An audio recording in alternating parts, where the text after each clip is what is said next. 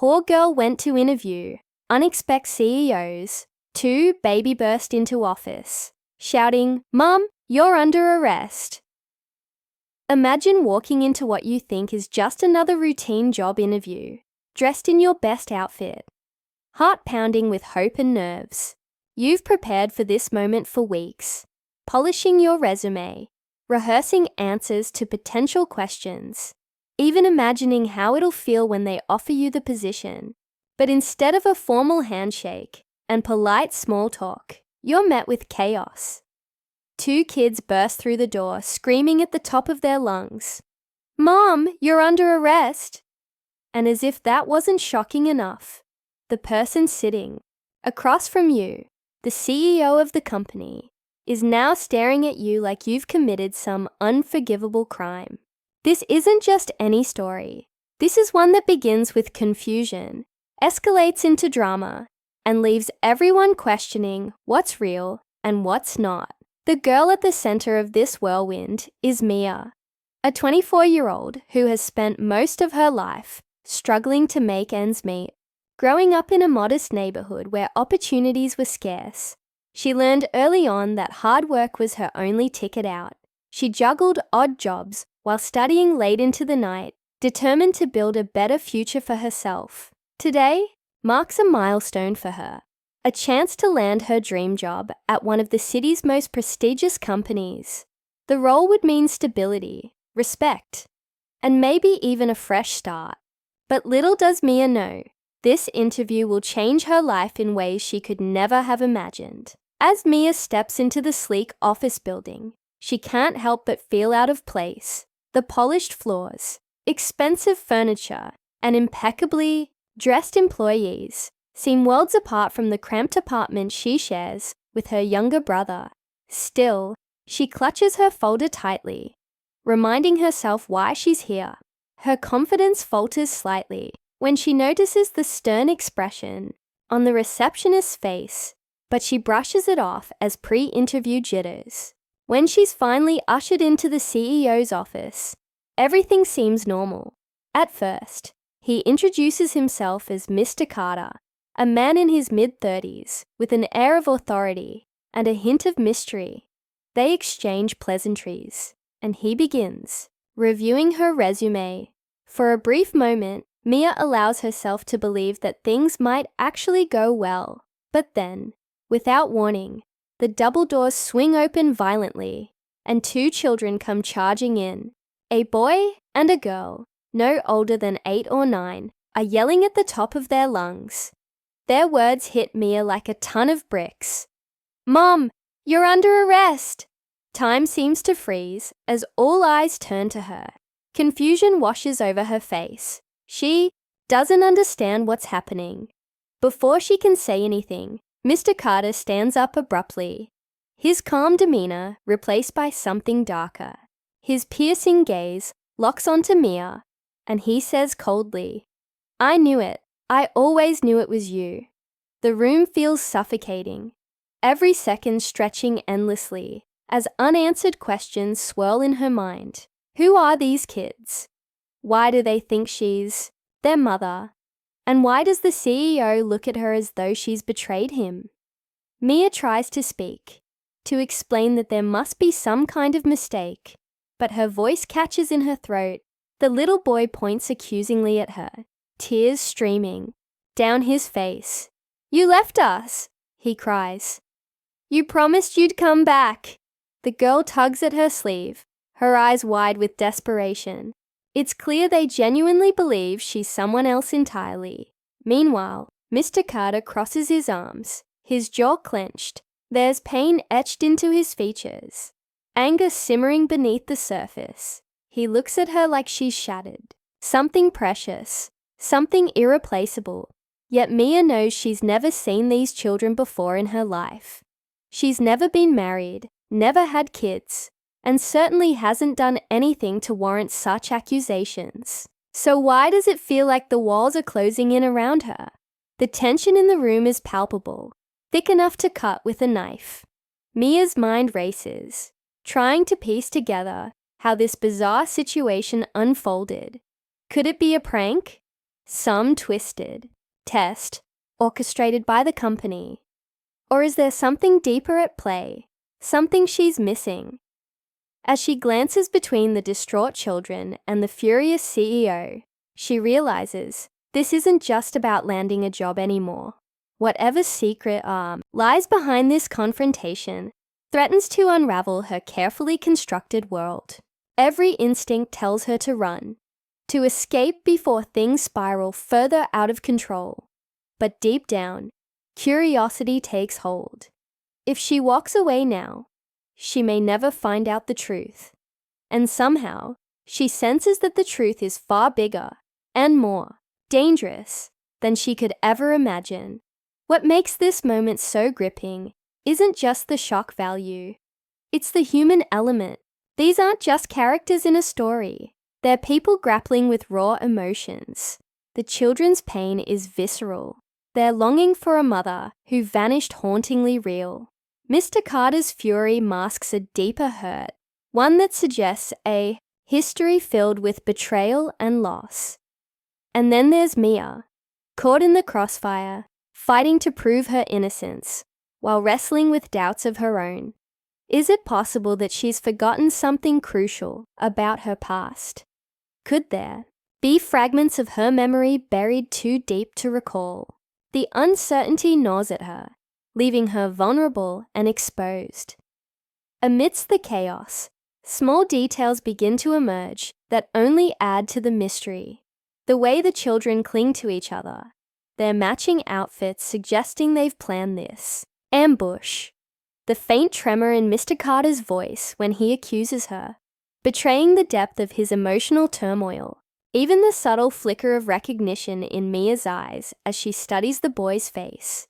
Though fleeting, it hints at a connection she can't yet comprehend. Each clue raises more questions than answers, pulling the audience deeper into the web of intrigue. By now, viewers are likely wondering, what happened in the past to bring these three together? And why does it feel like fate has conspired to trap them in this impossible scenario? Just as Mia gathers the courage to demand an explanation, the scene shifts again. Security guards appear at the doorway, summoned by the commotion. One of them steps forward hesitantly, glancing between Mia and Mr. Carter. "Sir, should we?" He trails off, unsure how to proceed. Mr. Carter waves him off impatiently, his focus unwavering. "No," he snaps. "This stays between us, for now." The implication hangs heavy in the air. Whatever secrets lie hidden, they're explosive enough to warrant discretion. The guards retreat, leaving the four of them alone once more. The children quiet down, their initial outburst giving way to wary silence. It's clear they're waiting for Mia to respond, to confirm or deny their claims. Yet Mia remains frozen, unable to form words. Her thoughts are a tangled mess, torn between indignation and fear. How can she defend herself against accusations she doesn't understand? More importantly, how can she uncover the truth without incriminating herself further?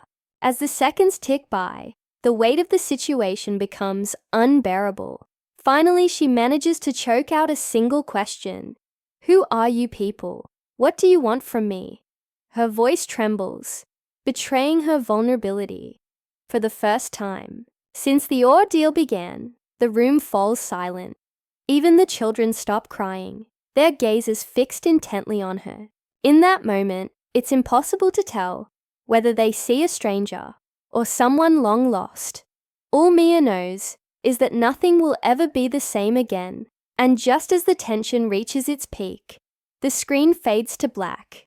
Viewers are left hanging, desperate for resolution, but unsure where the story will go next. Will Mia discover the truth about her past? Can she convince the CEO and the children that she's innocent? Or is there something darker lurking beneath the surface, waiting to be revealed?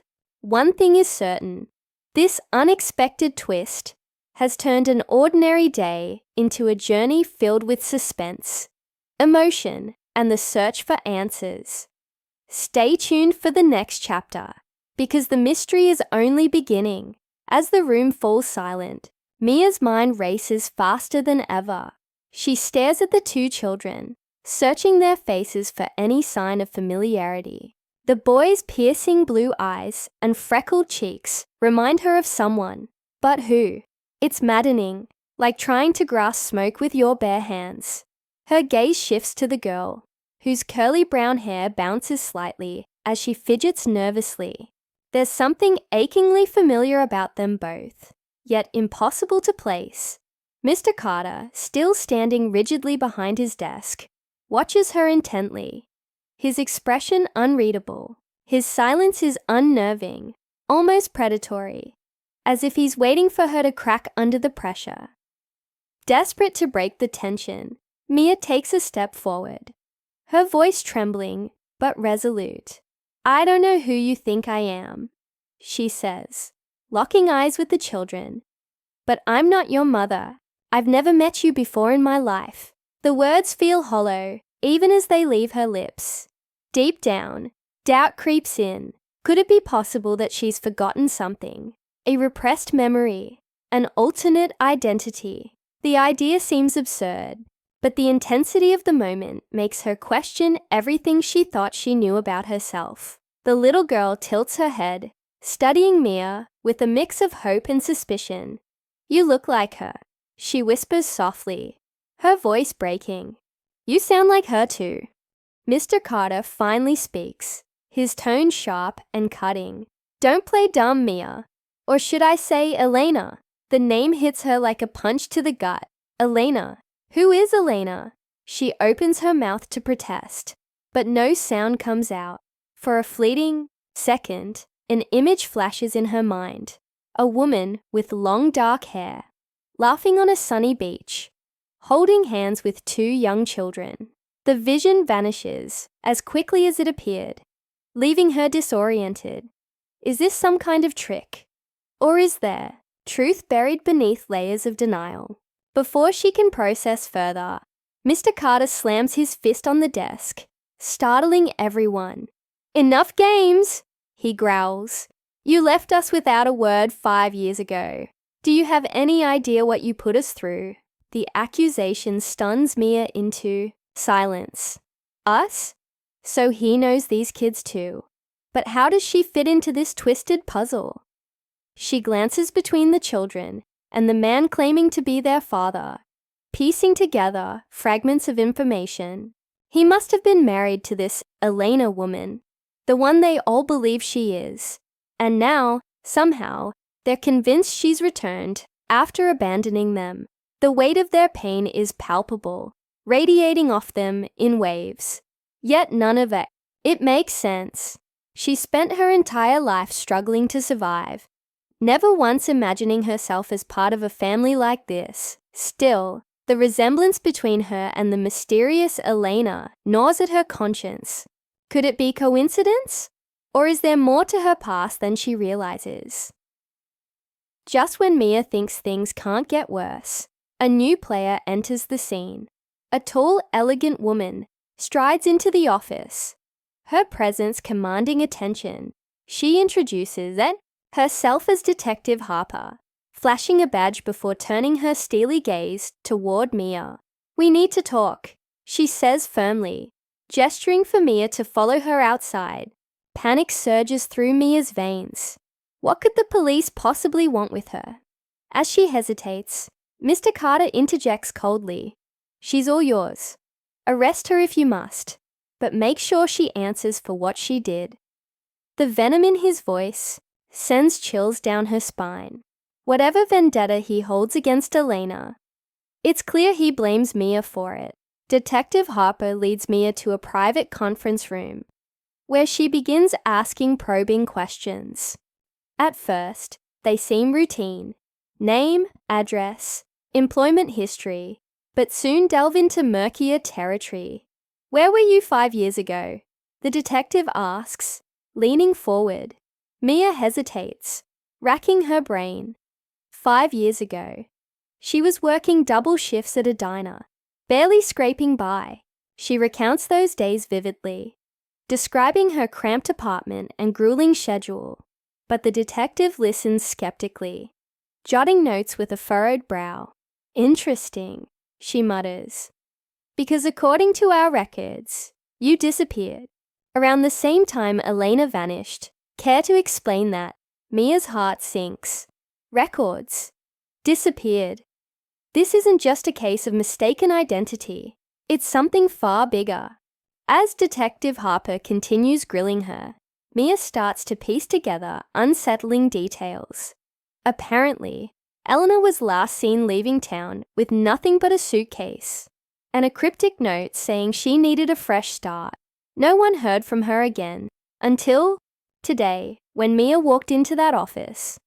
The parallels are eerie, undeniable. Even the photo Detective Harper pulls up on her phone looks eerily similar to Mia, though older and slightly different. Could it be a relative? A twin sister? The possibilities swirl in her mind, each more bewildering than the last. Back in the CEO's office, the children sit quietly, clinging to each other. They overhear snippets of the conversation and exchange worried glances. "What if she really doesn't remember?" the girl whispers, tears welling up in her eyes. The boy shakes his head stubbornly. She has to. She promised she'd come back.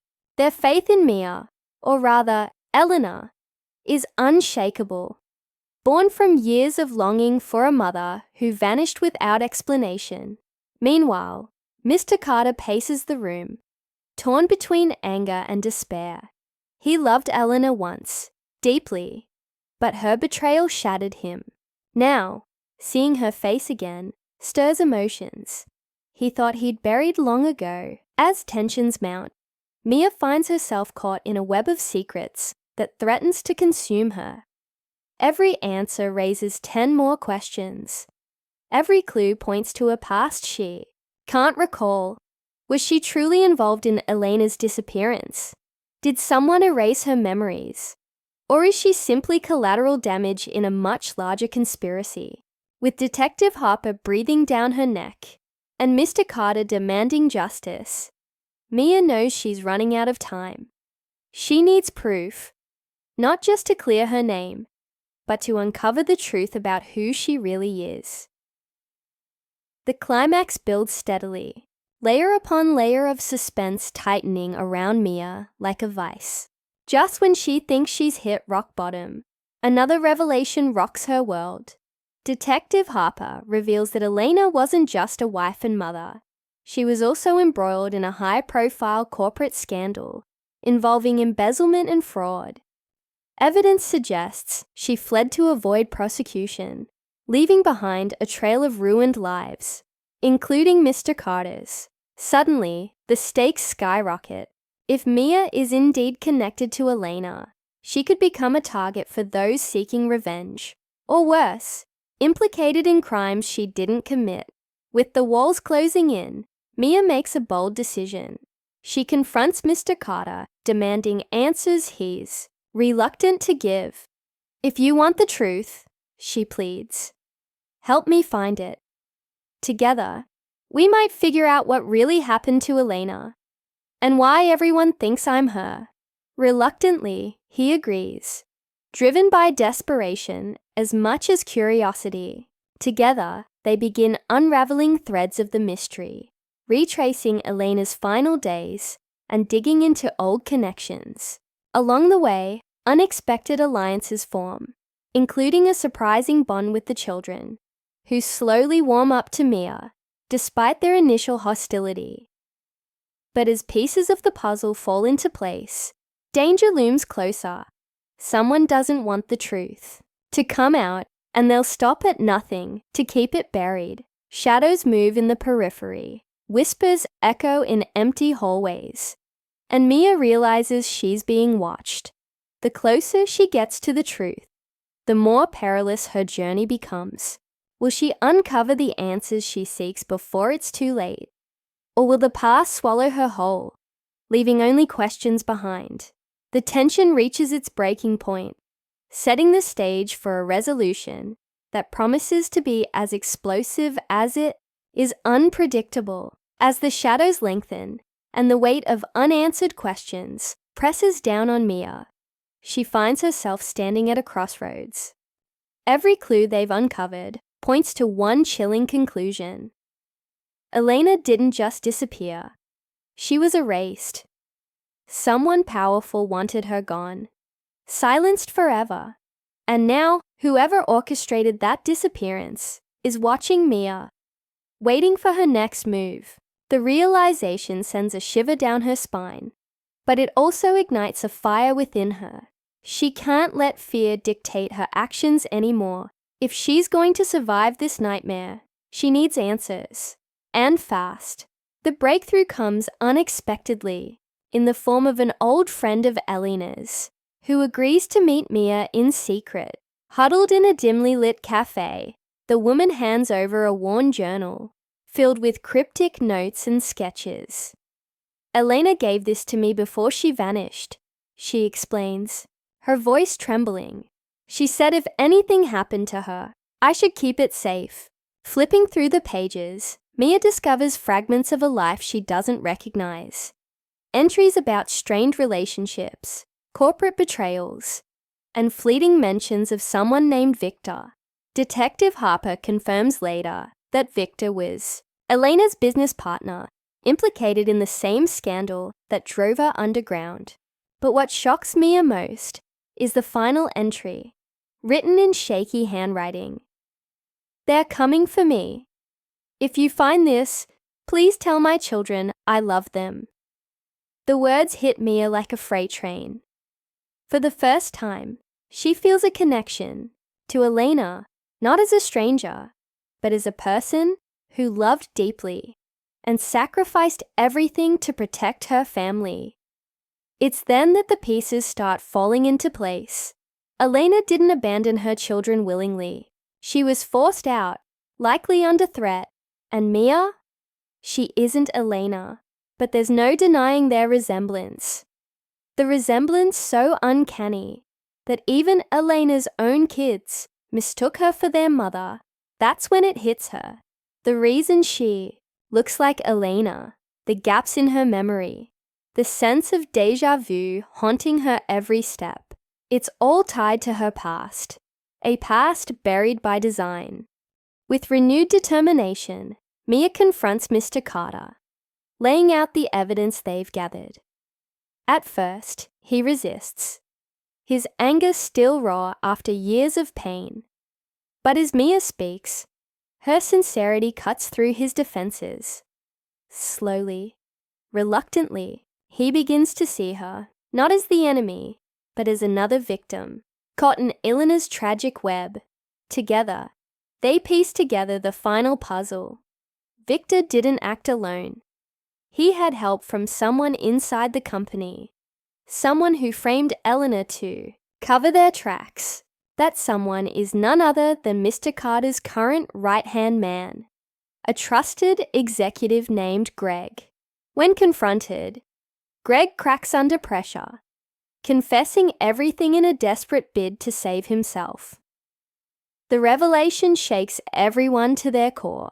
Greg had been manipulating events from the shadows, using Elena as a scapegoat while lining his own pockets. Once exposed, he's arrested, leaving behind a trail of corruption that stretches far beyond what anyone imagined.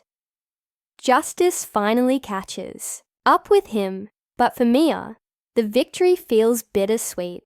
While the truth has come to light, too much damage has already been done. Elena remains missing, presumed dead, and her children are left grappling with the reality that their mother may never return. In the aftermath, Mia forms an unexpected bond with the children. Though she's not their mother, she becomes a source of comfort and stability during a turbulent time. They teach her about Elena, the woman she resembles yet barely knows, and in doing so, help her understand herself better.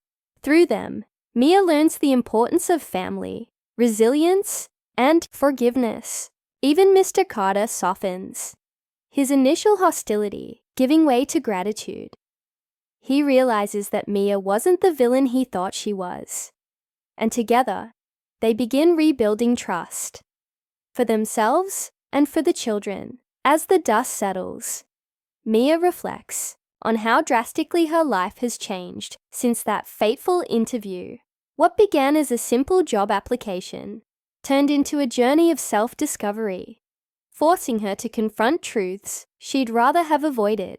In the end, she walks away with more than just clarity about her identity. She gains purpose. Determined to honor Eleanor's memory, Mia decides to use her newfound knowledge to advocate for others caught in similar situations, fighting against injustice wherever she finds it. The story closes on a poignant note, with Mia standing outside the office building where it all began. The sun sets behind her, casting long shadows across the pavement. She takes a deep breath, feeling lighter than she has in weeks. Though the scars of the past will always remain, she knows she's stronger because of them. As she walks away, ready to face whatever comes next, viewers are left with a powerful message.